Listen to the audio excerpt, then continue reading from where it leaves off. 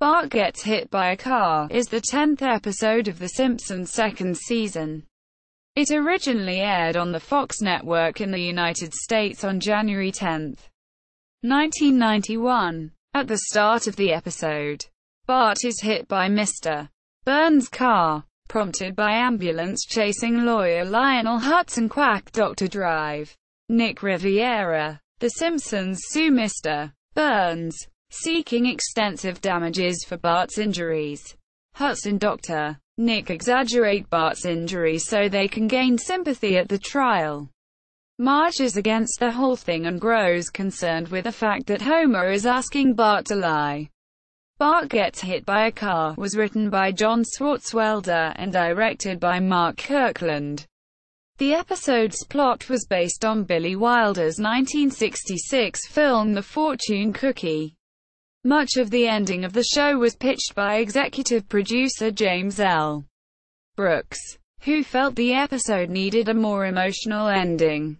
The episode includes the debuts of three recurring characters: Lionel Hutz, Dr. Nick and the blue-haired lawyer. The devil also appears on the show for the first time. Recurring guest star Phil Hartman makes his first appearance as Hutz. The show's then-script supervisor Doris Grau also voices a character in the show for the first time. In its original broadcast, Bart Gets Hit by a Car received a Nielsen rating of 14.5, finishing the week ranked 32nd. The episode received generally positive reviews. Plot: while skateboarding on the sidewalks of Springfield one day, Bart crosses a road and is hit by Mr. Burns' car. After an out-of-body experience which includes heaven and hell, Bart wakes up in a hospital room, surrounded by his family and a smiling stranger. The man introduces himself as attorney Lionel Hutz and suggests that the Simpsons sue Mr. Burns.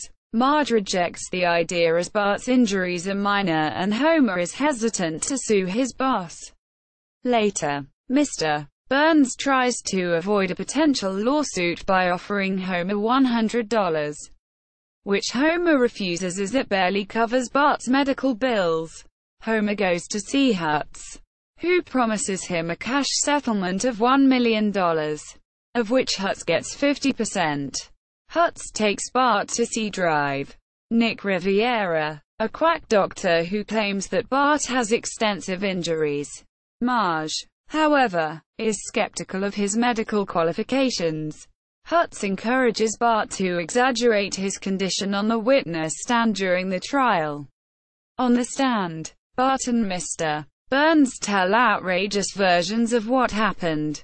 The jury shows sympathy for Bart, but Marge and Lisa are angry, believing it was Hutz's attempt to curry the jury's favor.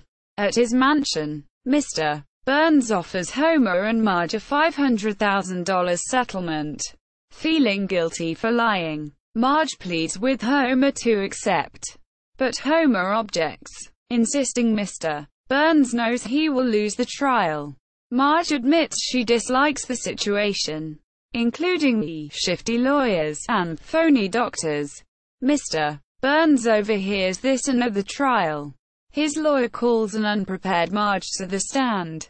In her testimony, she denounces drive Nick as a fake and outlines how limited Bart's injuries actually were, destroying Hutz's case while the Simpsons get nothing. That night, Homer is depressed that Marge cost him $1 million. At Moe's Tavern, Moe tells Homer that rich people are not happy, but he ignores it. Marge visits Homer and asks him to forgive her for her testimony. He says he is not sure he loves her anymore. Marge encourages him to look at her and figure out how he feels. Homer reluctantly does and at first is convinced of his anger for Marge, until he looks her in the eyes and realizes he loves her as much as ever.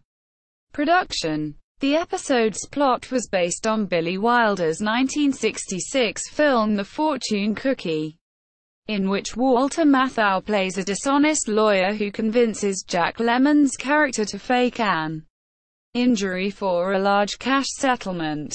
While working on the courtroom scenes, Director Mark Kirkland watched To Kill a Mockingbird and The Verdict to get ideas for different angles he could use. Although the episode was written by John Swartzwelder, a lot of the ending was pitched by executive producer James L. Brooks.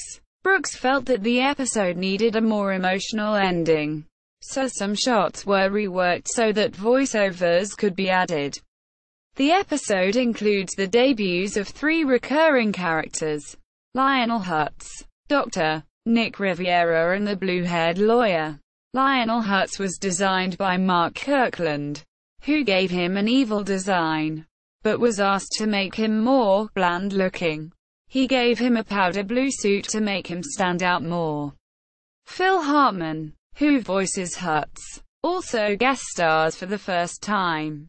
He would later become one of the most frequently appearing guest stars, with Hutz and Troy McClure, who was introduced later in the second season, being his most well-known characters. Dr. Nick Riviera is voiced by Hank Azaria, who used a bad Ricky Ricardo impression. The animators modeled Drive Nick after then supervising director Gabor Csupo, because they mistakenly believed that Azaria was impersonating him.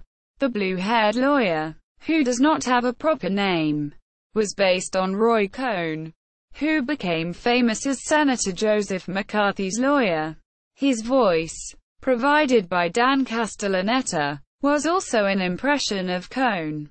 The Devil is also shown for the first time, and he was designed by Mark Kirkland, who originally tried to give him a scary design, but the writers asked him to use a more comedic look. The show's then script supervisor Doris Grau also appears in the show for the first time.